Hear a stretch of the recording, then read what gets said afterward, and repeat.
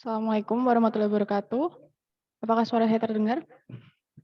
Baik, Sudah bisa. selamat siang. Kepada yang terhormat Ibu Dr. AP Tri Yuningsih, MSI, selaku Ketua Departemen Administrasi Publik Fakultas Ilmu Sosial dan Ilmu Politik Universitas Diponegoro. Yang terhormat narasumber pada kuliah tamu siang hari ini, Profesor Dr. Wahyudi Kumulotomo, Guru Besar Universitas Gadjah Mada. Yang terhormat peserta kuliah tamu pada siang hari ini. Hadirin yang berbahagia, mari kita awali acara siang hari ini dengan memanjatkan syukur atas kehadiran Tuhan Yang Maha Esa yang telah melimpahkan nikmat dan karunia-Nya kepada kita semua sehingga kita dapat berkumpul dengan sehat bersama dalam kuliah umum pada siang hari ini. Kuliah tamu pada Departemen Administrasi Publik Fakultas Ilmu Sosial dan Ilmu Politik Universitas Diponegoro kali ini mengusung tema etika administrasi publik antara teori dan praktik menyosong smart governance. Dengan sangat antusias sekali, saya Vidyadari Prastalarasati sebagai pembawa acara akan membacakan susunan acara pada siang hari ini, yakni pembukaan, yang kedua menyanyikan lagu Indonesia Raya, ketiga sambutan, keempat pemaparan materi sekaligus diskusi dan tanya jawab, kelima, sesi foto bersama, dan yang terakhir, penutup. Hadirin yang berbahagia, kita memasuki acara selanjutnya, yaitu menyanyikan lagu Indonesia Raya.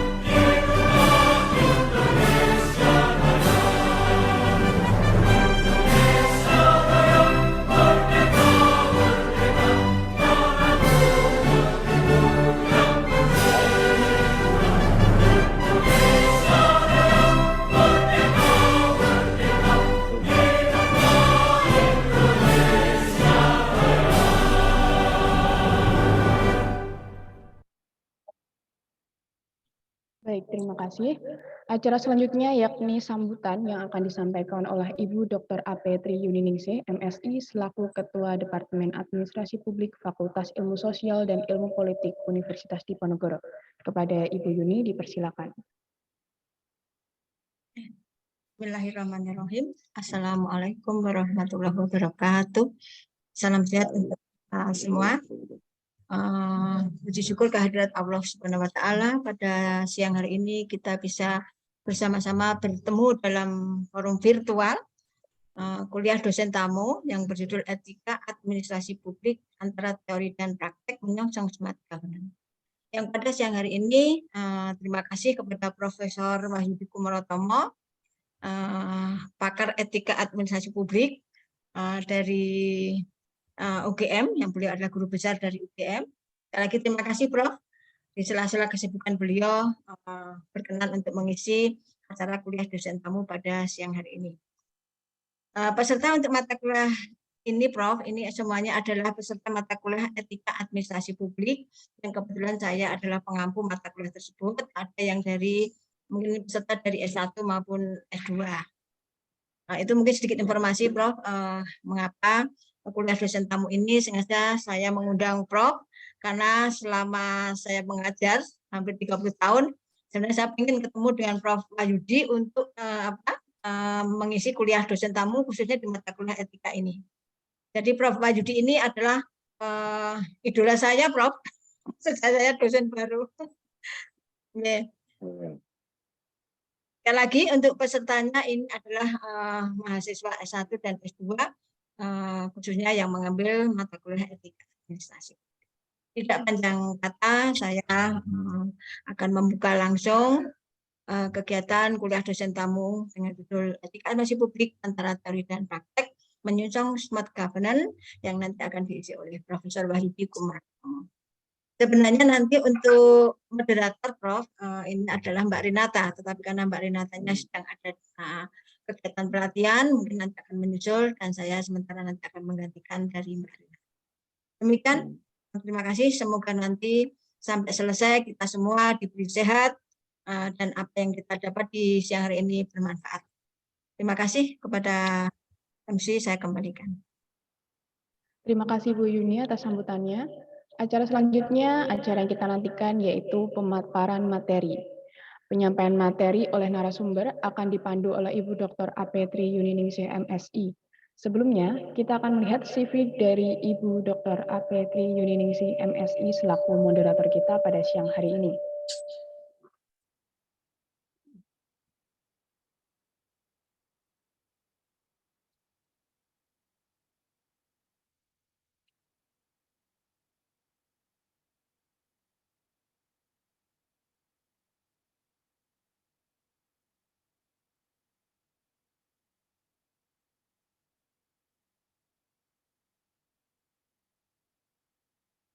Baik, akan saya bacakan kurikulum vitae dari Ibu Dr. Apetri Yuniningsih MSI. Beliau lahir di Magelang pada 2 Juni tahun 1967. Saat ini, Ibu Dr. Apetri Yuniningsih menjabat sebagai Ketua Departemen Administrasi Publik FISIP Undip. Berikut merupakan beberapa mata kuliah yang diampu oleh Bu Yuni. Berkaitan dengan educational background, Bu Yuni lulus sebagai Sarjana Administrasi Publik di Universitas Diponegoro, kemudian pada tahun 2002 lulus program Magister di Universitas Diponegoro, dan pada tahun 2018 lulus program Doktoral Administrasi Publik di Universitas Diponegoro. Kemudian ada pula beberapa pengalaman penelitian yang telah Ibu Dr. Apetri Yuniningsih lakukan. Salah satunya yaitu penelitian tentang analysis of the role of actors in tourism development in Kota Tanjung Pinang. Berkaitan dengan pengalaman profesional dan pengabdian masyarakat, Ibu Dr. Apetri Yuniningsih kerap menjadi pemateri serta narasumber di berbagai universitas. Salah satunya yaitu di Universitas Garut sebagai pemateri seminar nasional mengenai model pentahelix. Baik.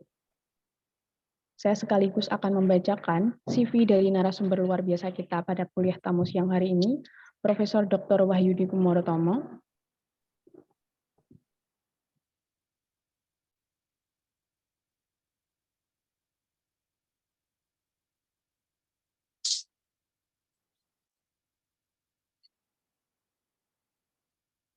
Berikut merupakan CV dari narasumber kita, Profesor Dr. Wahyudi Kumartomo, yang merupakan Guru Besar Universitas Gadjah Mada.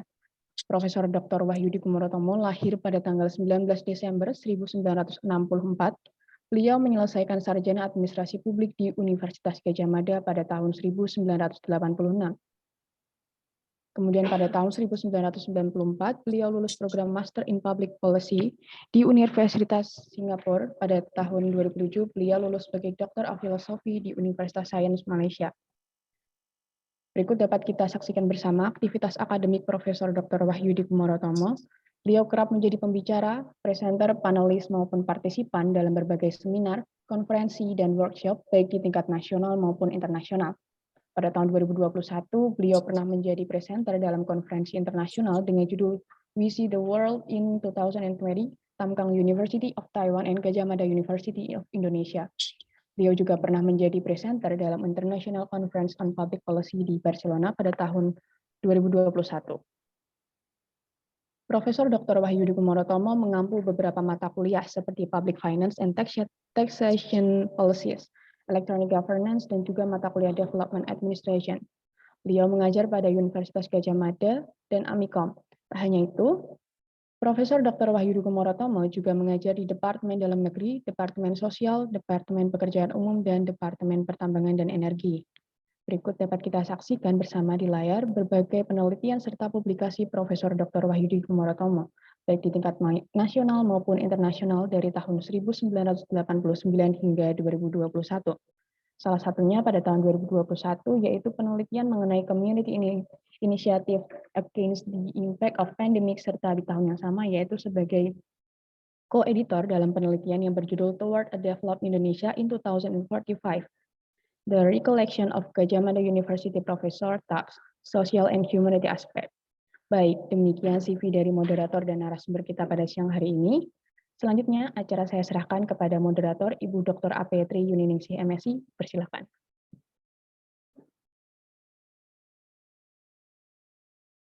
Ya, terima kasih Mbak Gita sebagai MC. Kepada Profesor Dr. Wahyudi Kumarotomo, nanti monggo berkenan untuk menyampaikan tema tentang etika administrasi publik antara teori dan praktek menyongsong smart governance. Kemudian untuk tadi CV-nya sudah disampaikan oleh Mbak Tita. Untuk menyingkat waktu, monggo Prof untuk bisa menyampaikan waktu dan layar kami persilahkan. Baik, terima kasih Ibu Dr. Tri Yuniningsi. Saya lebih biasa memanggilnya Bu Yuni. Jadi terima kasih. Apakah waktunya sudah? Apakah suara saya bisa terdengar ya? Bisa Prof, jelas. Oke, baik. Nah, saya akan share screen yang tadi sudah saya siapkan. Mudah-mudahan ini ya sebagai kuliah umum atau penyegaran ini akan nambah melengkapi apa yang sebenarnya sudah disampaikan oleh Bu Yuni, saya kira dalam mata kuliah etika. Mohon maaf Ibu Yuni, ini peserta ini mahasiswa S1, S2 atau S3 nggih? S1, S2 Prof. S1, S2, baik ya, jadi lengkap ya. Ini yang hadir cukup banyak, lebih dari 120. Nanti akan tambah terus Prof ini. Baik. Masih pada proses masuk. Ya, baik, terima kasih. Nah, ini karena kesulitan teknis tadi, mohon maaf saya agak terlambat masuk ke Zoom karena kesulitan teknis dengan suaranya. Tapi saya kira kalau kita bicara tentang etika itu mungkin banyak di antara teman-teman sekalian, mahasiswa S1, S2, S3 itu bertanya-tanya, apakah apakah sekarang ini kita masih relevan bicara tentang etika? Anak-anak muda mungkin akan bilang hari ini bicara etika. Ketika melihat bahwa dalam hal penyelenggaraan negara kita di Indonesia itu begitu banyak masalah-masalah atau begitu banyak perilaku para pejabat, para perumus kebijakan, para politisi yang sudah termasuk juga para manajer di organisasi swasta, perusahaan swasta juga sudah banyak yang sudah bertentangan dengan etika. Tapi saya ingin sekali lagi tunjukkan bahwa ini terutama karena para mahasiswa yang saya banggakan sekarang hadir di Zoom ini adalah para perumus kebijakan, para birokrat nanti, perumus keputusan di organisasi publik. Saya betul-betul ingin menitipkan masa depan dari bangsa kita ini kepada Anda sekalian, dengan melihat bahwa yang paling mendasar dari sekian persoalan di Republik ini sebenarnya adalah soal bagaimana kita memahami etika dan menerapkannya. Nah, sehingga bicara tentang etika itu bukan sesuatu yang sepele, bukan sesuatu yang remeh-temeh, bukan sesuatu yang Anda mungkin akan sangat kecewa berat, tetapi kalau kita membiarkan situasi ini bertambah buruk di Indonesia, terkait dengan penghayatan etika, terkait dengan bagaimana perilaku pejabat, kalau kita biarkan begitu saja, maka ya kita tidak akan bisa maju. Nah, karena itu saya ingin sampaikan di sini, pentingnya etika itu seperti juga sudah saya tulis dalam buku yang dulu pertama kali saya tulis ketika menjadi dosen itu, Etika Administrasi Negara. Waktu itu saya nulis sebenarnya hanya untuk supaya kemudian mengkoleksi lagi apa literatur tentang etika administrasi, tapi waktu beberapa tahun kemudian saya kemudian tidak lagi menekuni bidang etika karena memang istilahnya seperti juga teman-teman yang lain mungkin sudah merasa nek dengan bagaimana pola perilaku para perumus kebijakan kita. Tapi kemudian belakangan saya sadari bahwa saya tidak pernah menyesali untuk bicara tentang etika karena justru itulah yang betul-betul diperlukan oleh bangsa ini. Jadi mengapa etika penting? Karena universal, menentukan keberlangsungan peradaban manusia, dan sangat, nah ini yang saya ingin tekankan ini, sangat berperan bagi kemajuan suatu bangsa. Jadi relevansi etika itu betul-betul sangat penting. Nanti teman-teman bisa melihat dan juga menyaksikan ketika menjadi perumus kebijakan bahwa ketika orang yang semakin pintar, semakin profesional, semakin banyak pengetahuannya itu tidak dilandasi dengan etika, maka ya kita tidak akan maju. Jadi butir yang keempat ini sangat penting. Etika berperan sebagai kemajuan suatu bangsa.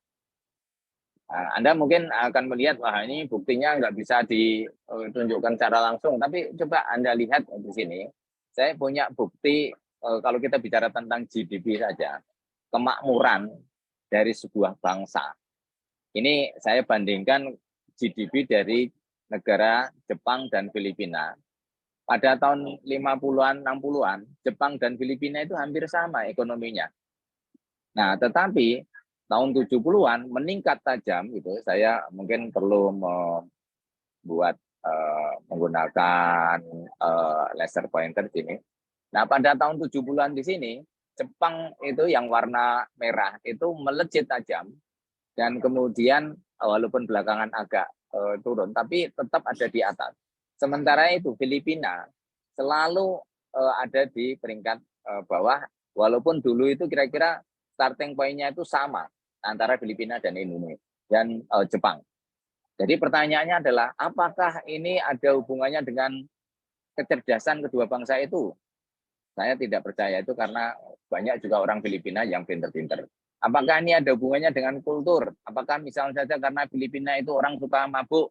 Ternyata orang Jepang pun dalam hal mabuk itu juga mereka melakukannya. Hanya saja mereka kalau mabuk itu tidak di jalanan seperti orang Indonesia atau di Filipina. Yang jelas, yang membedakan secara jelas mengapa bangsa Jepang bisa lebih makmur, melejit tajam ekonominya adalah karena orang Jepang, walaupun banyak di antara mereka yang mengaku ateis, tetapi mereka menaati kaidah etika. Mereka betul-betul sadar bahwa kalau secara kolektif sebuah bangsa ingin maju, maka kita harus paham tentang etika dan menerapkannya dengan baik. Ini berlaku bagi bukan hanya orang kebanyakan, tetapi juga sampai kepada elit politiknya. Nah, coba saya ingin tunjukkan yang lain, perbandingan yang juga lebih mencolok nih. Cina dan Filipina. Nah, pada tahun 50-an itu bahkan Filipina ini yang warna hijau itu lebih makmur daripada Cina. Tahun 50-an. Tapi pelan-pelan tapi pasti ini meningkat terus dan pada tahun 98 untuk pertama kalinya ekonomi Cina itu melejit tajam, sementara ekonomi Filipina tetap sama saja, bahkan cenderung turun. Nah, tahun 2000-an sudah melejit melampaui Cina dan bahkan sekarang Cina ini termasuk negara yang banyak, yang sangat ditakuti oleh negara Barat karena apa?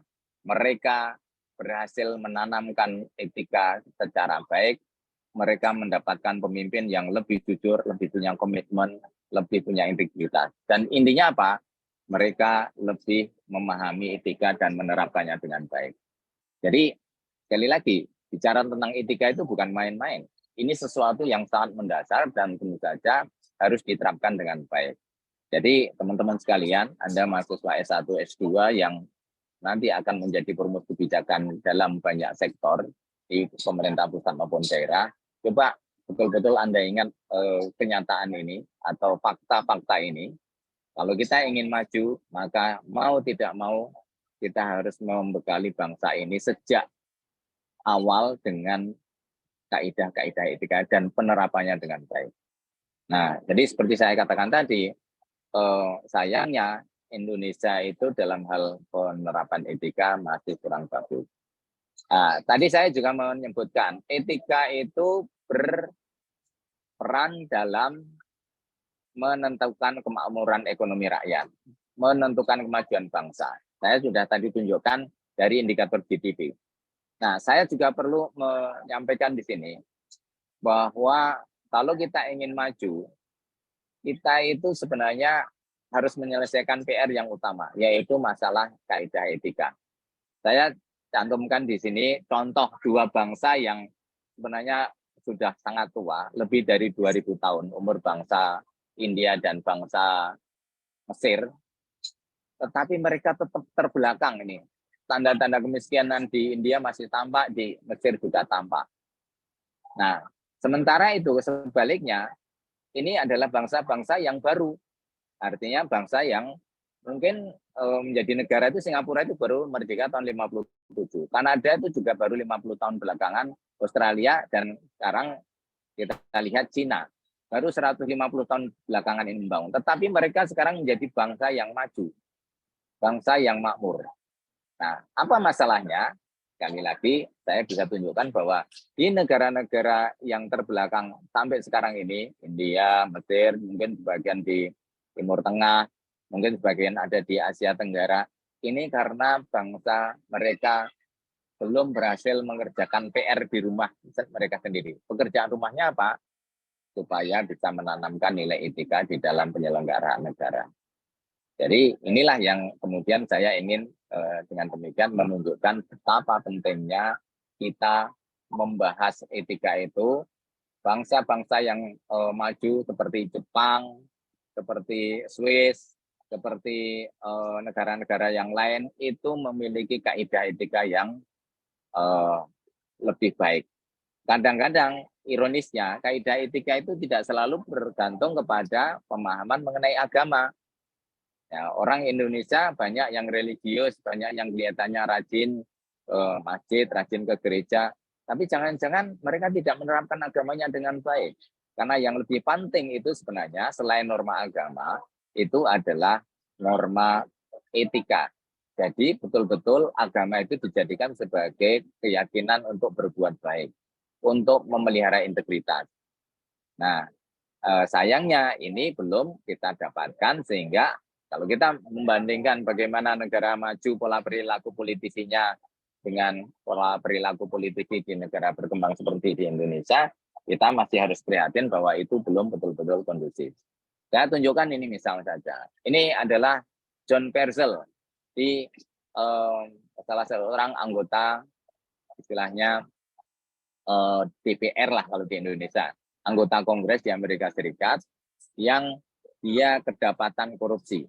Dan kalau korupsi Anda bisa lihat, orang tidak akan mungkin kalau ketahuan korupsi itu bisa senyum. Sudah pasti istilahnya karir politiknya itu akan habis, sudah pasti dia akan sangat dipermalukan dan tidak mungkin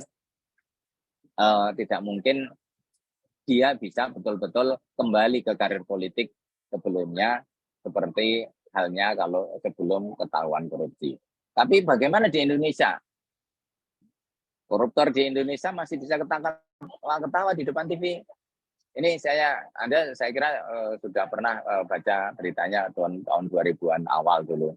Ini LHI dan BS gitu ya. Joko Susilo dan Lutfi Hasan Ismail, para politisi yang tadinya sangat terpandang tapi ternyata ketahuan korupsi. Sayangnya di Indonesia karena pemberantasan korupsi itu tidak terlalu serius, maka walaupun sudah ditangkap KPK pun mereka masih ketawa-ketawa di depan televisi. Banyak orang yang kemudian masih mengaguminya. Anak-anak muda jangan-jangan juga masih mencontoh mereka ini dalam perilaku korupsi, sehingga kita tidak banyak berkembang sekali lagi dalam penghayatan etika. Nah, sekali lagi kalau kita bicara tentang Cina misalnya saja, kemajuan Tiongkok sekarang ini atau Cina itu tidak terlepas dari visi anti korupsi pada masa Deng Xiaoping. Anda bisa lihat waktu itu, salah satu pidato yang sangat penting di Cina itu adalah ketika Deng Xiaoping dilantik menjadi Perdana Menteri. Nah, apa yang dikatakan Deng Xiaoping ketika dilantik menjadi Perdana Menteri? Pertama, Dia mengatakan kira-kira begini. Setelah saya menjabat ini, saya ingin para pejabat dan rakyat Cina seluruhnya itu bekerja dengan 2 tangan. Ya, orang kemudian bertanya-tanya, kok bekerja dengan dua tangan? Semua orang juga punya 2 tangan. Tapi dia mengatakan tangan kanan itu bekerja lebih keras dari bangsa lain untuk supaya maju, tangan kiri bekerja untuk menghilangkan kebiasaan-kebiasaan buruk. Yang dia maksud itu adalah kebiasaan buruk dalam hal korupsi, penyalahgunaan kewenangan. Dan dia mengatakan, saya akan sediakan 99 peti mati. Segera setelah ini 99 peti mati untuk para koruptor. Jadi awal pemerintah Cina itu menerapkan hukuman mati bagi para koruptor itu pada saat Deng Xiaoping ini. 99 peti mati. Ketika wartawan bertanya, kenapa kok angkanya 99? Dia mengatakan, yang satu sediakan untuk saya sendiri, kalau Anda semua rakyatku menemukan bahwa saya korupsi, hukum mati saya. Jangan ragu-ragu. Jadi luar biasa ini pidato dari Deng Xiaoping waktu itu. Dia bermaksud untuk memberantas korupsi dan dia meminta siapapun kalau menemukan dia melakukan korupsi, dia rela dihukum mati. Luar biasa. Jadi saya kira belum ada pemimpin di Indonesia yang berani membuat statement sekuat ini dan pengaruhnya sangat luar biasa. Sampai sekarang mengapa Cina itu bisa maju antara lain karena menerapkan hukuman mati bagi para koruptor dan paling tidak itu memberi sinyal positif untuk pemberantasan korupsi. Nah, di Amerika Serikat kita juga melihat bahwa perjuangan untuk memberantas korupsi itu juga tidak mudah. Anda pernah nonton mungkin film judulnya The Untouchable, dibintangi oleh Kevin Costner ya. Anda anak-anak muda mungkin kalau tahun 80-an pernah nonton, tapi bisa ditonton di Netflix. Kisah Elliot Ness, seorang polisi yang betul-betul tidak mempan disuap dan dia punya kru yang sangat-sangat kebal terhadap suap sehingga judulnya menjadi istilahnya The Untouchable, kelompok yang tidak tersentuh oleh suap. Dan hanya dengan begitulah kemudian kita bisa melihat jaringan mafia yang dipimpin oleh Al Capone waktu itu bisa diberantas, bisa digulung. Nah, kita merindukan tokoh-tokoh seperti ini sebenarnya di Indonesia. Karena apa? Kalau kita gagal memelihara tokoh-tokoh yang berjuang untuk korupsi, berjuang menegakkan etika, dan bahkan kemudian para politisi itu meminggirkan mereka, kita akan menjadi bangsa yang gagal. Kita bisa lihat contoh ini, kegagalan bangsa di Kenya di Afrika. John Gitongo itu adalah seorang wartawan yang bisa membongkar perbuatan korupsi para pejabat, tapi ternyata malah justru oleh rezimnya disisihkan. Dan kemudian dia sampai sekarang menjadi pelarian. Padahal dia adalah penyemprit atau whistleblower. Nah, kalau kita tidak ingin kembali gagal sebagai tadi saya contohkan Kenya atau Filipina atau negara-negara yang masih korup, maka sekali lagi prinsip etika itu menjadi sangat penting. Jadi sekali lagi prinsip di negara maju itu etika, jujur, bertanggung jawab, hormat pada aturan, hormat pada hak orang atau warga lain, mencintai pekerjaan, berusaha keras untuk menabung, bekerja keras, tepat waktu. Jadi ini semua itu adalah prinsip-prinsip yang kita bisa lihat dari etika administrasi publik. Dan dengan demikian, sekali lagi, nanti tolong ditanya apakah pesan saya ini betul atau tidak. Teman-teman nanti para mahasiswa S1, S2 itu silahkan nanti bisa melihat bagaimana situasi ini, perkembangannya dalam masyarakat di Indonesia, dan apakah betul yang saya katakan ini. Karena kalau generasi saya ya mungkin sudah sangat susah diubah, tapi saya yakin kalau generasi Anda semua itu masih sangat terbuka terhadap ide, masih bisa ada kesempatan untuk melakukan perubahan. Jadi silakan kalau kita ingin berubah, Anda semua harus berubah dari hal yang paling mendasar, yaitu apa? Kesediaan untuk menerapkan nilai-nilai etika. Jujur, bertanggung jawab, tepat waktu, mau bekerja keras, dan seterusnya. Prinsip-prinsip yang semuanya ada di negara maju. Jadi kita tidak mungkin akan bisa menjadi negara maju apabila prinsip-prinsip ini adalah apabila prinsip-prinsip ini tidak kita taati. Jadi saya mulai dari uraian yang umum itu untuk kemudian sampai pada uraian-uraian yang teknis mengenai apa sih misi dari para administrator publik, apa sih misi dari para pejabat publik. Dan Anda semua nanti akan menjadi pejabat publik yang mestinya itu akan lebih fokus pada kepentingan umum. Nah inilah definisi kepentingan umum saya juga tampilkan. Mohon maaf ini tapi paparannya nggak begitu tepat ini karena laptopnya ternyata tidak mengakomodasi sistem di Mac sehingga kemudian tampilannya agak aneh. Tapi Anda bisa mendapatkan filenya dan sudah saya bagi di chatbox. Silahkan nanti bisa dilihat. Jadi persoalan-persoalan mengenai kelambatan prosedur, persoalan mengenai bagaimana kita menganggarkan banyak hal, komitmen investasi yang tidak betul-betul dibarengi dengan keinginan untuk membantu masyarakat, kegagalan program penanggulangan kemiskinan dan pengangguran, penumpukan proyek di akhir tahun. Banyak hal-hal teknis itu sebenarnya bermula dari niat baik kita yang masih kurang. Pada akhirnya atau ujung-ujungnya itu sebenarnya berawal dari hal yang paling fundamental, yaitu apa? Masing-masing diliputi dengan kepentingan pribadi, bukan keinginan untuk memakmurkan kepentingan umum.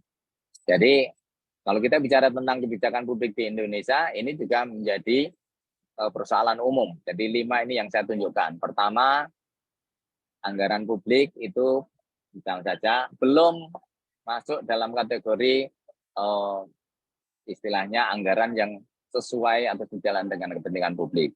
Profesionalisme bisa kita tingkatkan, tetapi kalau soal komitmen, ya ini sekali lagi masalah etika, integritas, budaya korupsi, bagaimana kita bisa memberantasnya.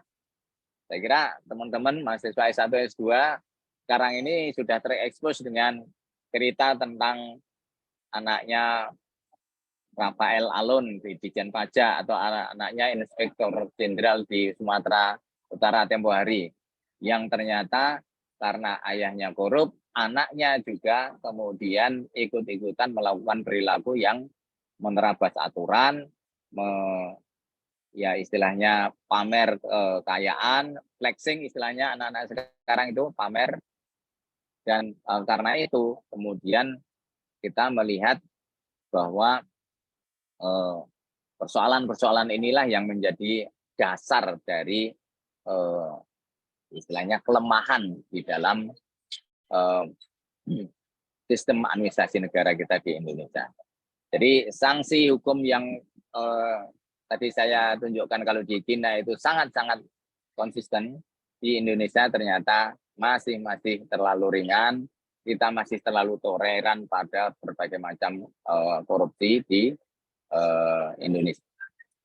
Indonesia. Jadi tolong betul-betul dipastikan bahwa ini yang kita bisa pahami. Tata kelola pemerintahan, kalau kita bicara administrasi publik itu ya intinya sebenarnya adalah soal akuntabilitas, transparansi, responsivitas yang semuanya itu memang berasal dari ketentuan mengenai etika administrasi negara. Jadi konsep-konsep ini silakanlah nanti bersama Ibu Yuni, saya kira soal akuntabilitas, pertanggungjawaban, ini banyak aspeknya, tapi bersama Ibu Yuni saya kira Anda akan mendapatkan yang lebih lengkap. Tapi tentu saja saya ingin menunjukkan kasus-kasus yang istilahnya menunjukkan betapa kita itu punya potensi yang sangat besar, tetapi karena kita tidak memahami persoalan mendasar, yaitu dalam hal pemberantasan korupsi, dalam hal menegakkan kaidah etika, maka kita juga tidak berhasil mendapatkan tata kelola pemerintahan yang baik. Saya ambil contoh ini misalnya, yang tempo hari saya tunjukkan di Sumatera Utara.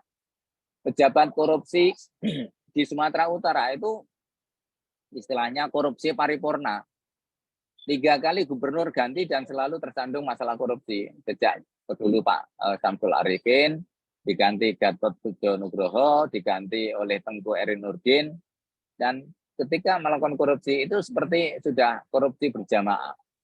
Ada anggota dewan yang terlibat, ada kepala dinas, ada pejabat menengah, dan ada juga pelaksana. Jadi kalau kita bicara tentang istilahnya, kemarin itu di Kompas muncul berita korupsi paripurna di Sumatera Utara. Karena semua sudah terlibat pejabat itu. Jadi praktis yang tidak terlibat itu istilahnya hanya mereka yang tidak kebagian atau orang yang betul-betul ya konsisten menjaga, dan itu sudah menjadi perkecualian. Nah, kalau ini sudah menjadi perkecualian sekali lagi, maka kita bisa bayangkan betapa beratnya tugas kita, betapa kita masih akan jauh dari kemungkinan untuk bisa makmur apabila etika administrasi ini tidak kita pahami dengan baik. Jadi ini bukan hanya terjadi di Medan, barangkali juga terjadi di Jawa Tengah, barangkali juga terjadi di DIY, di Kalimantan, di Sulawesi, di Papua. Jadi kalau ini kita biarkan merata, maka sekali lagi kita akan melihat bahwa persoalan-persoalan yang secara teknis Anda pelajari di dalam disiplin ilmu administrasi negara itu tidak akan bisa betul-betul istilahnya efektif untuk mengubah keadaan. Anggaran ini biar bagaimanapun kan adalah dokumen politik. Bagaimana anggaran bisa betul-betul bermanfaat buat publik jika anggaran sendiri banyak terkendala oleh perilaku politik yang tidak betul-betul ya kondusif, tidak betul-betul sesuai dengan integritas. Kita bicara tentang sistem penganggaran, hal-hal teknis yang di dalam sistem administrasi yang ada. Kita punya sistem akuntabilitas yang sudah komplit, peraturannya itu banyak, tetapi sekali lagi, kalau pelaksanaannya tidak dilandasi dengan keinginan untuk melaksanakan tugas untuk betul-betul bisa efektif, kepentingan publik itu bisa kita akomodasi dengan baik, bahwa tugas-tugas administrasi publik itu untuk kepentingan publik, maka juga tentu saja kita tidak bisa harapkan administrasi negara atau administrasi publik itu menjadi sarana untuk memakmurkan rakyat. Jadi ini saya agak cepat di sini karena toh ini hal-hal teknis ini kebetulan juga saya mengajar penganggaran publik itu jika setelah hal-hal yang teknis, yang profesional itu kita dapatkan, masalah yang utama sebenarnya adalah komitmen. Dan komitmen itu apa persoalannya? Karena kita tidak punya pemahaman mengenai etika yang mendasar bahwa kita perlu atau wajib bahkan menaati kaidah etika dan wajib untuk mengikuti kebutuhan kepentingan publik. Kalau kita lihat misalnya saja ini, penyerapan DIPA yang terlambat, ini kan hal prosedural sebenarnya. Pola ini masih sampai sekarang terjadi. Pola bahwa ini yang paling parah kalau kita bandingkan pola penyerapan anggaran antara Filipina, Thailand, India, Indonesia. Yang paling parah itu yang warna merah ini. Anggaran itu ngumpul pada akhir tahun anggaran, pada bulan Oktober, November, Desember. Dan bagaimana kita bisa pelihara efektif kalau ternyata mekanismenya ternyata tidak kondusif karena apa? Tergesa-gesa dana itu dialokasikan. Mengapa tergesa-gesa? Sekali lagi karena kita tidak punya keinginan untuk menciptakan prosedur yang bersih dan bekerja dengan baik dengan etos kerja yang baik. Jadi saya lewati beberapa hal itu. Juga kalau kita bicara tentang daerah, bagaimana kita melihat kepentingan daerah di dalam misalnya saja menggunakan APBD untuk kepentingan publik, masing-masing itu ternyata punya kepentingan yang sempit. Kalau Anda temui anggota DPRD atau kepala daerah, kalau ditanya oleh wartawan, mengapa Bapak mau menjadi pejabat publik? Pasti sesuatu yang ideal yang mereka katakan, ya saya ingin mengabdi kepada rakyat. Sekarang ini menjelang pemilu tahun 2024, juga banyak baliho-baliho yang mengatakan ini yang punya komitmen untuk memakmurkan rakyat. Tapi sebenarnya kalau ditanya malaikat, ya istilahnya kalau mereka itu tidak lagi bisa bohong, tidak bisa membohongi dirinya sendiri, paling kepentingan mereka itu adalah ini. Kalau anggota DPRD, bagaimana agar terpilih dan menjabat lagi. Demikian juga kepala daerah. SKPD gimana? SKPD itu paling ya yang penting bisa mempertanggungjawabkan dan kalau bisa yang penting bisa memanfaatkan anggaran publik untuk kepentingan diri sendiri. Masyarakat juga kadang-kadang tidak peduli pada hal-hal yang menyangkut anggaran publik karena apa? Yang penting layanan publik murah, gratis, responsif. Nah, kalau murah dan gratis itu bagaimana kita akan membayar para dokter, para perawat itu di rumah sakit gitu ya. Jadi ini menunjukkan bahwa kita seringkali berpikiran dalam jangka pendek, bukan berpikiran untuk jangka panjang. Satu-satunya yang bisa kita tegakkan dalam kaitannya dengan etika, misalnya saja mengenai anggaran publik itu hanya TAPD ini. Bagaimana agar SKPD makin ekonomis, efisien, makin efektif. Tapi itu sekali lagi karena mekewuh dengan teman yang lain. Nah, bukan karena betul-betul paham bahwa kita memiliki misi, istilahnya misi yang suci, misi yang mulia untuk betul-betul mengabdi kepada rakyat.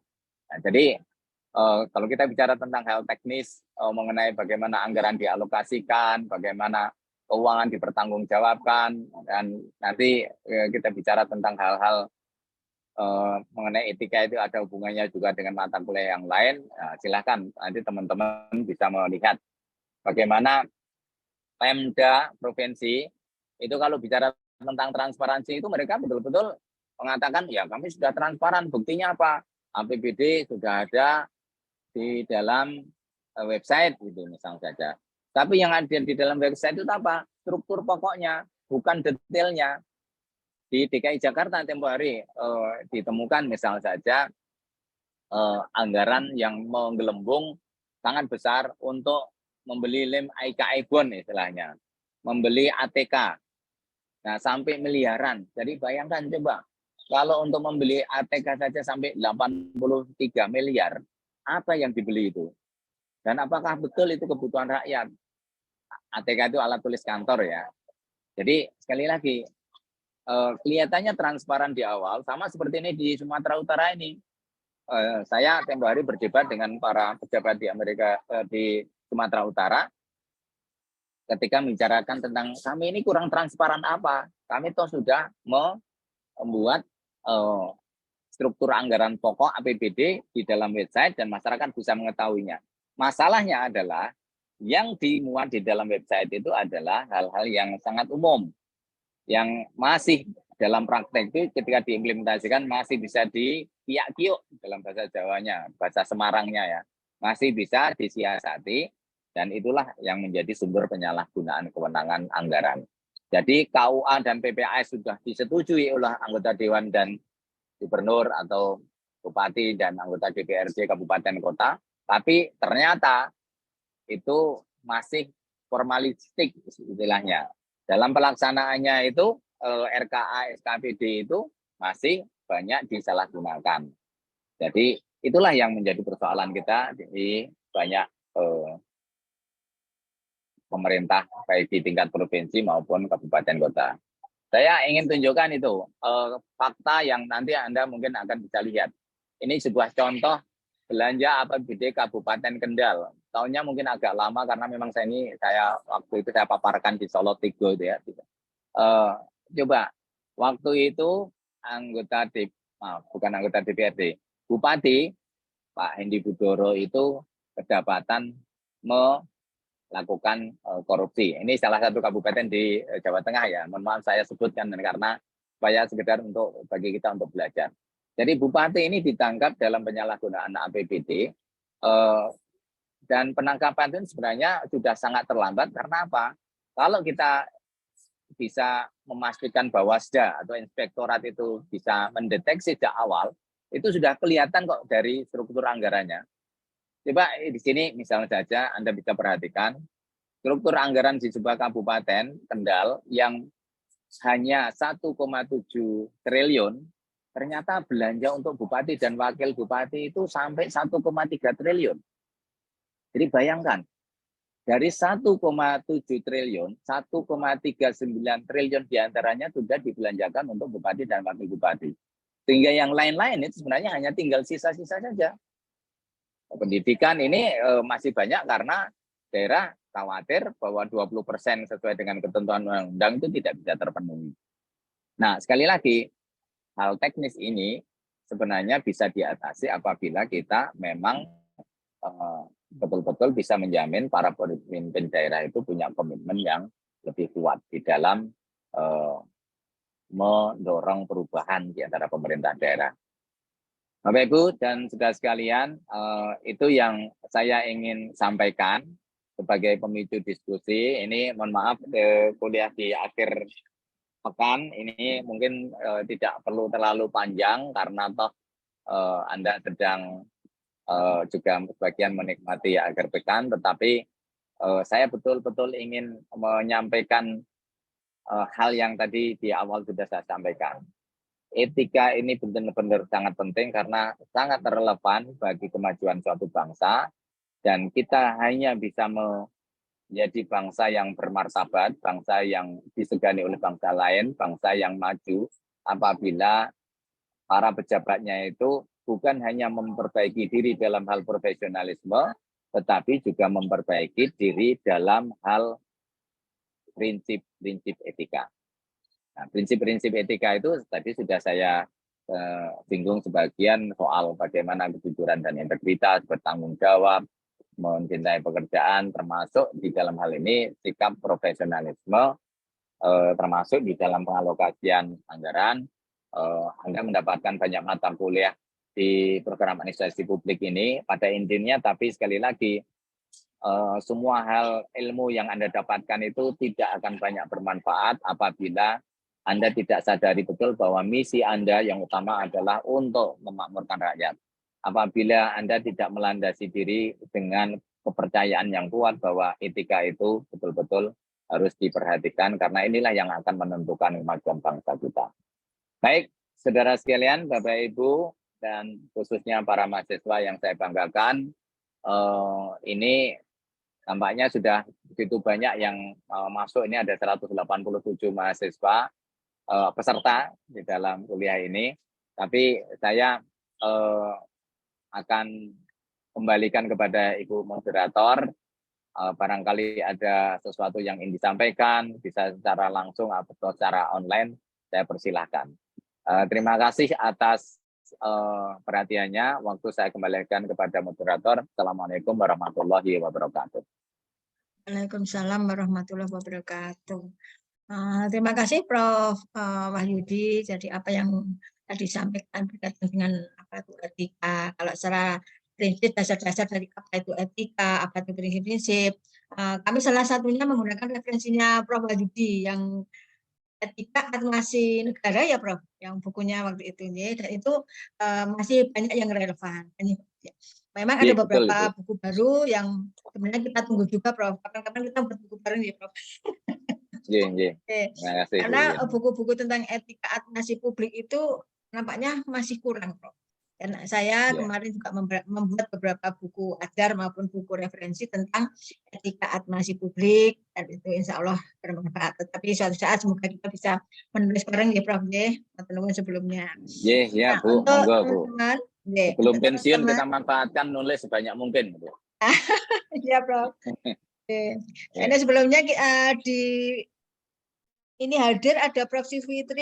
Tri Suwitri Prof. Ini karena kebetulan beliau juga satu tim mengajar dengan saya, mengajar tentang etika administrasi publik.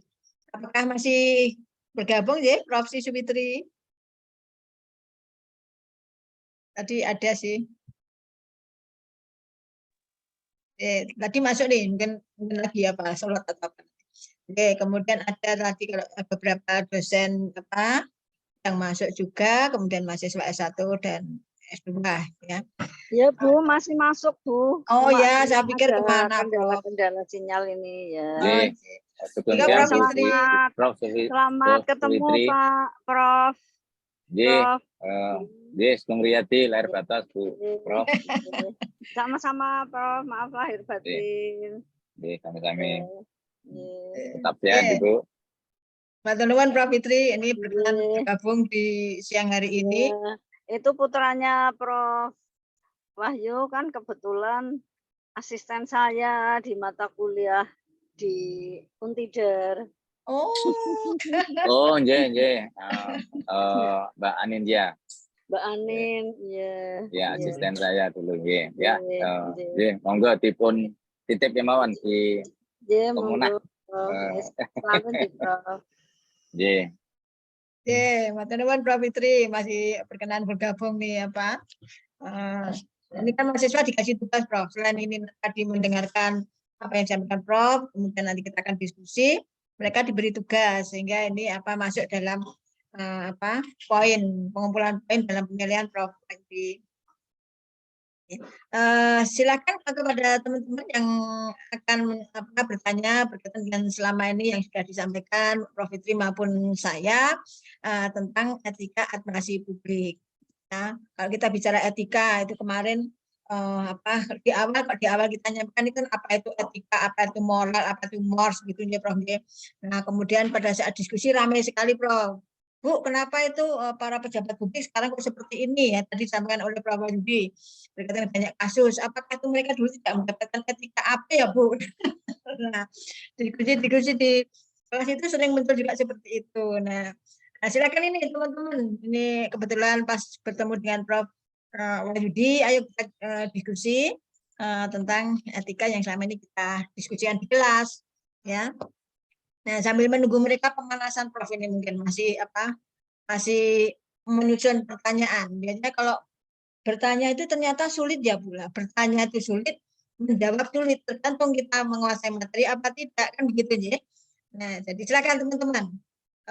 Nanti apa di sesi poin keaktifan ini nanti kita masukkan di sana ya. Biasanya kalau mereka yang bertanya, kemudian yang memberi tanggapan, kalau di kelas itu Prof. Wahyudi saya memberikan door prize. Artinya door prize, oh mereka yang bertanya mendapat door prize. Nah, door prize-nya akan kita kumpulkan berapa banyak mereka aktif di kelas, sehingga nanti apa di akhir kuliah, apakah itu UTS atau itu UAS, mereka bisa saja kalau memang door prize-nya banyak, bisa saja dia bebas ujian, Prof. Nah, jadi inilah kami memberikan apresiasi untuk itu. Nah, ayo ini siapa yang teman-teman yang mau mendapat door prize dari Prof. Wahyudi dan Bu Yuni tentunya. Silakan bisa di chat atau bisa langsung ini ya, angkat tangan itu ya. Silakan. Ini di sini saya lihat tadi Mbak Renata tadi sudah bergabung Prof, tapi karena beliau ada di jalan jadi tidak bisa aktif. Nah, ini ada lagi saya lihat tadi ada Mas Duang, ada Pak Indra. Ini dosen-dosen baru kami Prof yang kebetulan mengajar di PSDKU Tembang. Mereka juga pengen belajar banyak tentang etika administrasi publik. Nanti kan mungkin akan menjadi asisten atau membantu kita dalam memperkuat mata kuliah etika administrasi publik. Halo, ada yang mau bertanya atau memberikan tanggapan terhadap apa yang disampaikan Prof. Wahyudi? Nah, ini masih ini ya, masih pada belum panas ini Prof. Nih, Prof. Wahyudi mungkin sambil menunggu mereka ya. Jadi berkaitan dengan kasus-kasus yang selama ini muncul di televisi atau yang sekarang medsos itu kan sangat rentan ya Prof. Nah, seperti kasusnya itu, gara-gara anak bapak menjadi terlibat, akhirnya ketahuan semua. Gitu ya Prof. Ada beberapa contoh kemarin kita lihat, sama-sama lihat. Nah, kalau menurut Prof ini Prof, bagaimana kita bisa lebih mengembangkan khususnya kita di perguruan tinggi begini dengan adanya kurikulum mata kuliah etika administrasi publik ini tadi dalam memberi pembekalan kepada mereka itu menurut Prof. Wahyudi apa langkah yang harus kita lakukan sehingga perbaikan kurikulum kayak atau mungkin dengan cara apa yang menurut Prof bisa lebih mempertebal mereka untuk dibekali ke depan. Bagaimana Prof menurut Prof Wahyudi?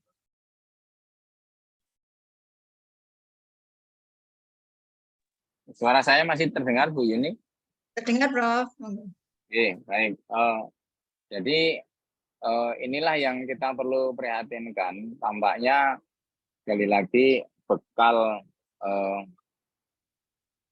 bentar, ini videonya belum. Oke.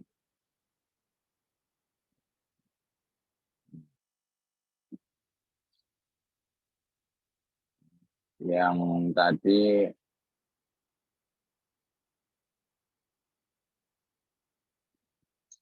Mohon maaf Ibu, ini video saya ternyata disconnect dan yang tadi laptop saya ternyata tidak bisa connect. Jadi kalau bicara tentang bagaimana pola tata asuh para pejabat kita, ya, ini memang juga menjadi persoalan kita dan itu sebenarnya bermula dari sekali lagi karena dulu para pejabat kita yang sekarang duduk di posisi penting, eselon 2, eselon 1, bahkan para politisi dan para menteri itu tidak betul-betul dididik dengan menghargai kerja keras, dengan menghargai bahwa jabatan itu merupakan amanah, dan dengan memastikan bahwa para pegawai itu punya tugas mulia untuk memberikan layanan kepada masyarakat secara luas. Nah, jadi produk itulah yang kemudian kita bisa melihat sekarang ini. Tapi ya kalau kita bicara tentang etika yang berasal dari etika sosial, apalagi etika agama, kita bisa melihat bahwa intinya sebenarnya semua kelimpahan material, semua hal yang sifatnya material itu kalau ya kita percaya bahwa ada istilahnya ada karma atau dalam bahasa agama di Hindu atau istilahnya ada kodok dan kodar itu di dalam agama Islam, semua agama sudah mengerjakan, sudah mengajarkan bahwa sebenarnya apapun yang kita miliki itu bisa menjadi sumber kebahagiaan, sumber ketenangan apabila kita memang mendapatkannya dari cara-cara yang betul, cara-cara yang sesuai dengan kaidah etika. Nah, para pegawai, para pejabat itu karena memang sejak awal itu berniat yang penting mendapatkan harta yang banyak dari jabatannya, tidak peduli apakah itu dengan cara-cara etis atau tidak. Nah, akhirnya itu kemudian ketika dimanfaatkan oleh anak-anaknya, keluarganya, ya sebenarnya mereka itu hanya mendapatkan kepuasan sesaat dengan flexing itu ya, dengan pamer kekuasaan, pamer kekayaan. Tapi sebenarnya di luar itu ya batin setiap pejabat yang melakukan itu, termasuk keluarganya, anak-anaknya itu sebenarnya kosong. Ya, istilahnya kalau menurut agama, harta benda itu istilahnya juga tidak memberikan kebahagiaan, tidak barokah ya kalau dalam istilah agama Islam ya, tidak memberikan berkah. Nah, kalau itu kita percaya sebagai bagian dari etika, mestinya dengan demikian kita bisa membersihkan paling tidak pola pikir para pejabat itu sehingga betul-betul ya menghargai kerja keras, menghargai cara-cara yang betul. Kalau kita lihat di dalam contoh di negara-negara yang relatif lebih maju, di Jepang, di Korea Selatan, di Eropa Barat, mereka itu para pejabatnya itu nggak ada masalah dengan gaji yang pas itu, toh mereka juga tidak miskin, tidak menjadi miskin, tetapi mereka bangga karena apa? Karena gaji itu diperoleh dengan cara-cara yang memang lebih bermartabat, dengan cara-cara yang etis. Itu berkebalikan dengan yang kita lihat di Indonesia, di banyak negara berkembang, di banyak negara yang masih miskin, itu para pejabatnya bangga dengan kemakmuran yang kepuasan, menghasilkan kepuasan sesaat, tetapi bukan kebahagiaan dalam jangka panjang. Istilahnya tadi, tidak memberikan berkah, tidak memberikan kemanfaatan buat diri sendiri dan juga buat orang lain. Jadi coba tolong nanti dicek ya para mahasiswa yang sekarang masih mahasiswa itu, jangan sampai ketika Anda sekarang itu masih mahasiswa itu idealis, tapi ketika menjadi pejabat lalu kemudian melupakan hal-hal yang kita bicarakan sekarang ini. Karena prakteknya saya mengamati hal seperti itu banyak di antara kolega saya, di antara yang senior maupun yang junior itu banyak yang tadinya idealis, tapi sekali lagi karena istilahnya terlalu memburu kemakmuran material secara sesaat dan menghalalkan berbagai macam cara, pada akhirnya kemudian kita sendiri tidak memperoleh manfaat optimal. Dan kita kemudian juga tidak bahagia sebenarnya. Tidak barokah itu cara-cara yang tidak baik itu. Nah, saya percaya betul ini karena juga ini diajarkan di hampir semua agama dan ini yang menjadi salah satu persoalan kita di tanah air. Mengatakan Ibu jawaban saya yang mungkin juga kita semua sudah tahu jawabannya, tapi kadang-kadang kita melupakan itu. Matur nuwun, waktu saya kembalikan ke Bu Yuni, monggo. Kalau masih ada pertanyaan dari mahasiswa, silahkan. Tetapi kalau tidak ada, mungkin kita bisa bergeser ke sesi yang berikutnya. Matur nuwun. Terima kasih, Ibu. Oke, Prof. Ini ada titipan satu nih dari mahasiswa tapi kok malah japri ke saya. Untuk ini, Prof, kaitannya dengan smart governance. Bu, berkaitan dengan smart governance, bagaimana etika administrasi bisa mendukung ke arah itu, apalagi berkaitan dengan birokrat yang selama ini sering dianggap menyimpang dari etika AP. Terus ini Prof, kalau menurut Prof ini.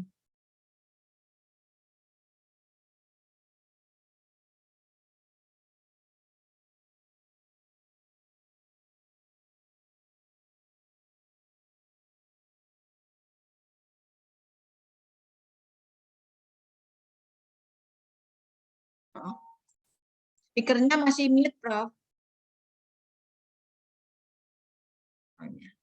Speakernya. Baik. Okay. Sudah terdengar, Ibu? Ampun. Ini kaitannya dengan smart governance, Prof. Ya, baik. Ini yang juga penting perlu dipahami. Smart governance itu memberikan banyak kemungkinan positif dan ke depan tentu saja ini adalah sesuatu yang kita kehendaki karena smart governance membuat banyak pekerjaan menjadi lebih efisien, lebih mudah, data bisa dipertukarkan dengan lebih cepat, kita juga bisa memperoleh informasi yang begitu meluap gitu, begitu banyak. Tapi sekali lagi, kalau smart governance itu tidak dilandasi dengan kaidah etika yang baik, cara-cara kita menggunakan smart governance itu juga tidak baik, maka itu juga tidak akan memberikan manfaat yang betul-betul optimal. Kita bisa lihat misal saja, yang sederhana saja, dengan adanya smart governance, kemudian kita dengan media sosial, itu memungkinkan kita bisa mendapatkan informasi instan itu begitu banyak. Rata-rata waktu orang menggunakan internet, sambungan internet itu di Indonesia itu sudah kira-kira 8 jam 36 menit kalau menurut informasi Kominfo kemarin di tahun 2019. Artinya sebelum krisis itu kita sudah menghabiskan waktu setiap hari itu, orang itu dengan internet itu 8 jam 36 menit. Nah, tetapi kalau waktu 30 jam, waktu 8 jam 36 menit itu kita gunakan dengan baik, menggunakan internet yang begitu banyak informasi kita peroleh, tentu kita akan mendapatkan banyak manfaat. Tapi apa yang kita lihat dari waktu 8 jam lebih itu, yang sekarang mungkin sudah 10 jam nih sehari kita itu sambung internet, langsung buka WA, langsung buka berbagai macam aplikasi. Apa yang kita peroleh? Ternyata informasi yang kita peroleh dari internet itu tidak membuat kita lebih bijaksana. Kita lebih banyak menghabiskan waktu untuk berbagai macam media sosial, untuk istilahnya untuk hiburan, untuk gaming, untuk sesuatu yang ternyata tidak selalu membuat kita lebih produktif. Smart governance, ternyata kemarin kita lihat misal saja Permen PAN nomor 1 tahun 2023. Kalau smart governance itu menghasilkan sesuatu yang efisien, itu kita akan lebih baik, lebih produktif.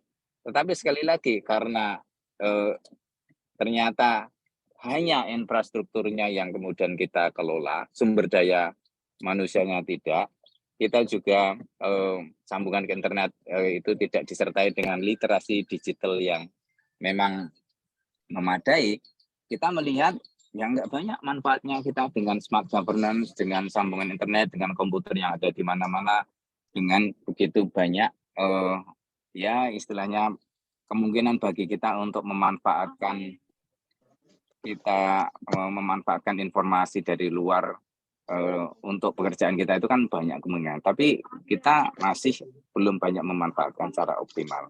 Jadi itu yang juga menjadi persoalan kita. saya harap generasi mendatang juga tentu saja lebih paham mengenai ini dengan lebih baik. Begitu Bu Yuni. Oke, Prof. Adakah teman-teman yang akan tanya bisa langsung? Mau dilanjutkan ke sesi atau materi berikutnya, Prof?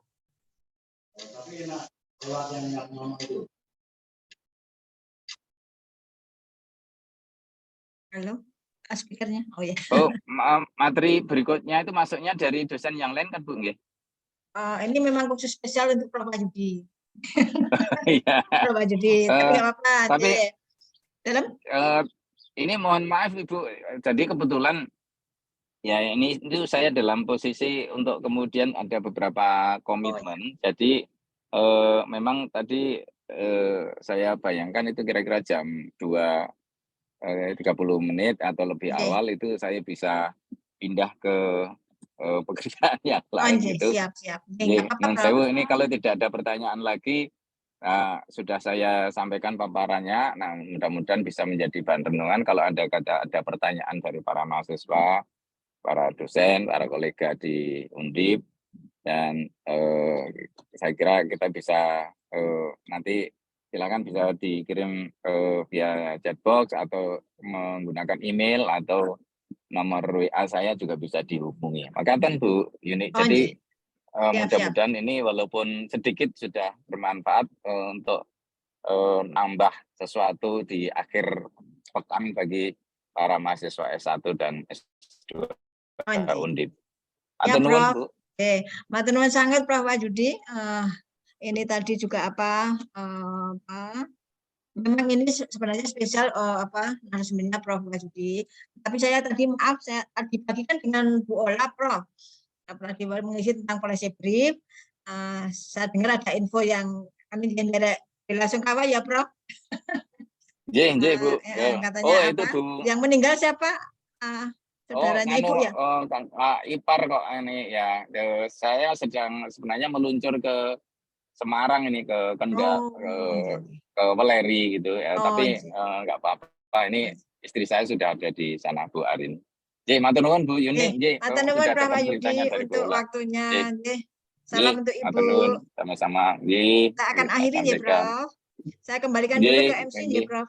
Biar ditutup ya. Kita ambil foto bersama sebentar ya. Boleh, monggo. Silakan Mbak MC, saya kembalikan. Terima kasih kepada Prof Wahyudi Kumorotomo selaku narasumber dan Ibu Dr. Apetri Yuniningsih selaku moderator kita pada siang hari ini. Kita akan masuk ke acara selanjutnya yaitu sesi foto bersama. Dimohon untuk seluruh partisipan agar dapat mengaktifkan kamera. Dimohon untuk dibantu dokumentasinya. Baik, seluruh peserta mohon untuk menghidupkan kamera. Saya akan mengambil foto kita. Saya hitung 1 sampai 3 untuk tetap menghidupkan kamera. Saya hitung 1, 2, 3. Oke, selanjutnya 1, 2, 3. Oke, next slide. Oke, 1, 2, 3. Satu kali lagi. 1, 2, 3. Oke, saya kira cukup. Terima kasih. Acara demi acara telah selesai. Demikian kuliah tamu dengan tema etika administrasi publik antara teori dan praktik menyusung smart governance. Saya selaku pembawa acara pada kuliah tamu siang hari ini mengucapkan terima kasih kepada Ibu Dr. Apetri Yuniningsih selaku moderator dan Profesor Dr. Wahyudi Kumorotomo selaku narasumber dari kuliah tamu siang hari ini, serta seluruh partisipan baik dosen maupun mahasiswa Departemen Administrasi Publik FISIP Undip. Saya mohon maaf apabila ada tutur kata yang kurang berkenan di hati Bapak, Ibu, serta seluruh partisipan. Wassalamualaikum warahmatullahi wabarakatuh. Selamat siang. Waalaikumsalam. Matur nuwun Prof Wahyudi dan semua yang hadir. Salam sehat sami-sami Bu Yuni. Ya, sukses selalu untuk para mahasiswa yang kita banggakan. Matur nuwun. Ya, Prof. Terima kasih. Assalamualaikum. Nggih. Izin untuk live, Bu. Ya, Prof. Oke, teman-teman semuanya, terima kasih sudah bergabung di kuliah dosen tamu pada siang hari ini. Untuk presensi tadi sudah di-share ya. Kalian nanti untuk sertifikat. Terima kasih sekali lagi kepada MC. Terima kasih Mbak Tita. Saya lihat tadi ada Bu Rina, Bu Dewi, Mas Juwang, Mas Indra, dan semua mahasiswa S1 maupun S2. Salam sehat untuk kita semua. Mohon izin untuk live. Mohon maaf bila ada salah dan hilaf dalam penyelenggaraan kegiatan siang hari ini. Assalamualaikum warahmatullahi wabarakatuh. Waalaikumsalam. Matur nuwun, Bu Yuni. Waalaikumsalam.